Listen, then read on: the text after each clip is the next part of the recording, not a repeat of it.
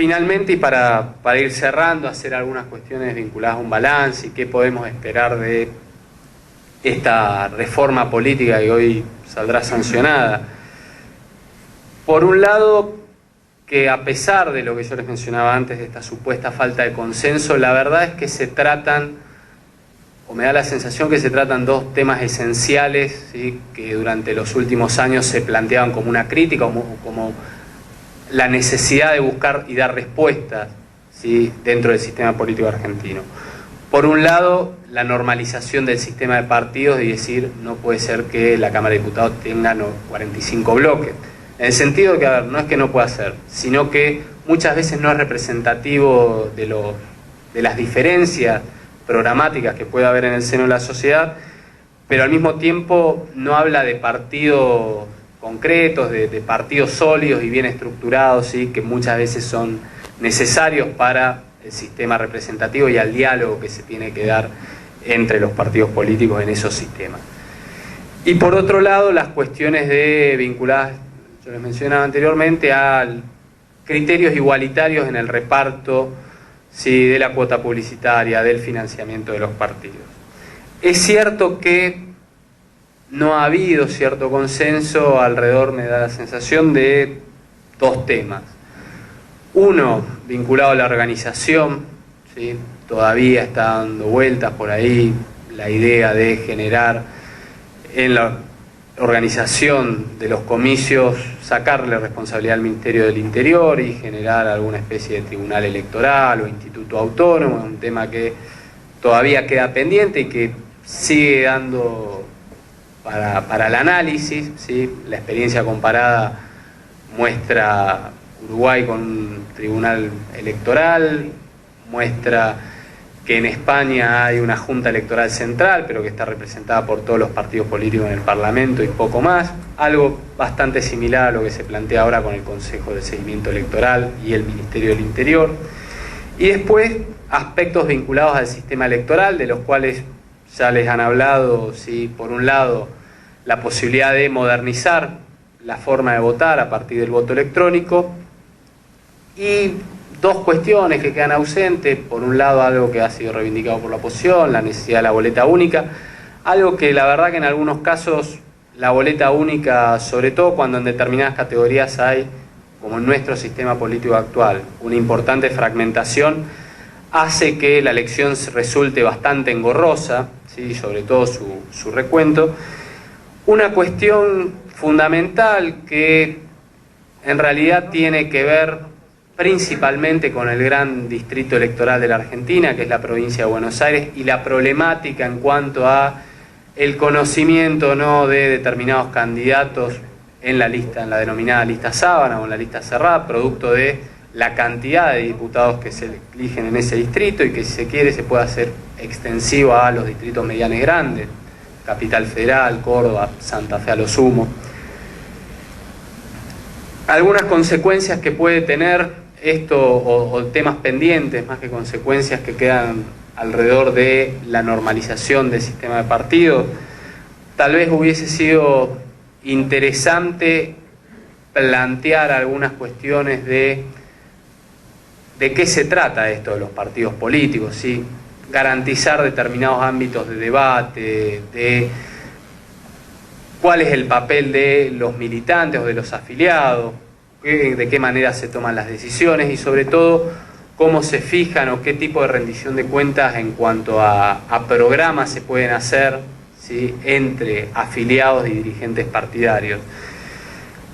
Una cuestión extra puede ser plantear, que habría que conversar y que tiene que ver con aquellos analistas o colegas míos que a lo largo de las últimas semanas han planteado que esta reforma tiene una clara intencionalidad de cara a recomponer cierto bipartidismo o garantizar o consolidar cierta hegemonía. La verdad que, nada, decirles algo que en esta semana se repetió bastante, pero que tiene que ver con la reforma constitucional de la década del 90. Fue hecha a partir del Pacto de Olivo, un pacto bipartidista entre los dos grandes partidos tradicionales, Algunos dijeron lo mismo, está destinada a consolidar el bipartidismo. La elección del 95 planteó una realidad diferente. La conformación de la alianza en el 97 continuó por esa senda y la implosión del sistema partidario en el 2001 terminó de demostrar que el resultado, por lo menos en ese sentido, fue bastante ajeno a la intención que se le pronosticaba. En cuanto al sistema de primarias, y con esto voy cerrando, por un lado destacar que, y vinculado a este tema anterior, ¿sí?, creer que la legitimidad que se le da a determinados candidatos a partir de dos elecciones, la primaria y la general, puede llevar a determinado sistema ajeno a lo que pretende la ciudadanía, me parece bastante alejado de la realidad. Por otro lado, una cuestión que es más propia de la academia, pero que se sigue planteando en relación a las elecciones primarias abiertas, que es en las primarias, al darle mayor peso, o por lo menos darle un importante peso al ciudadano independiente, cuál es el papel que queda dentro de las primarias al afiliado de los partidos políticos. Y por último, que esto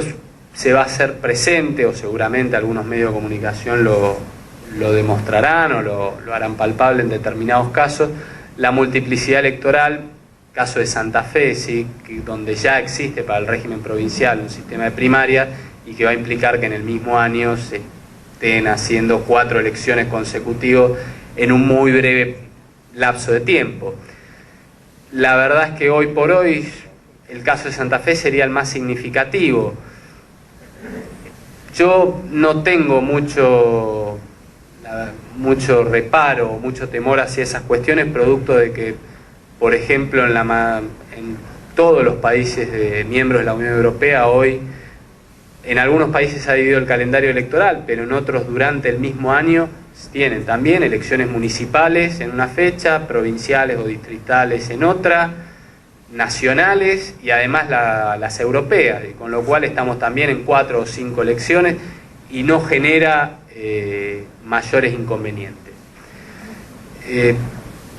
A modo de balance, me da la sensación que la reforma política tal cual como se ha planteada trata de solucionar los dos mayores inconvenientes que tiene el sistema político argentino. Por un lado, un sistema de partidos disfuncional, ¿sí?, excesivamente fragmentado y que no responde a la fragmentación, o me da la sensación que no responde a la fragmentación real que hay en términos de proyectos políticos en la sociedad. Y por último, darle respuesta a ese proceso de alejamiento que ha tenido la ciudadanía en relación a la política, ¿sí?, principalmente a partir de invitar al ciudadano independiente a participar de este proceso de primarias abiertas.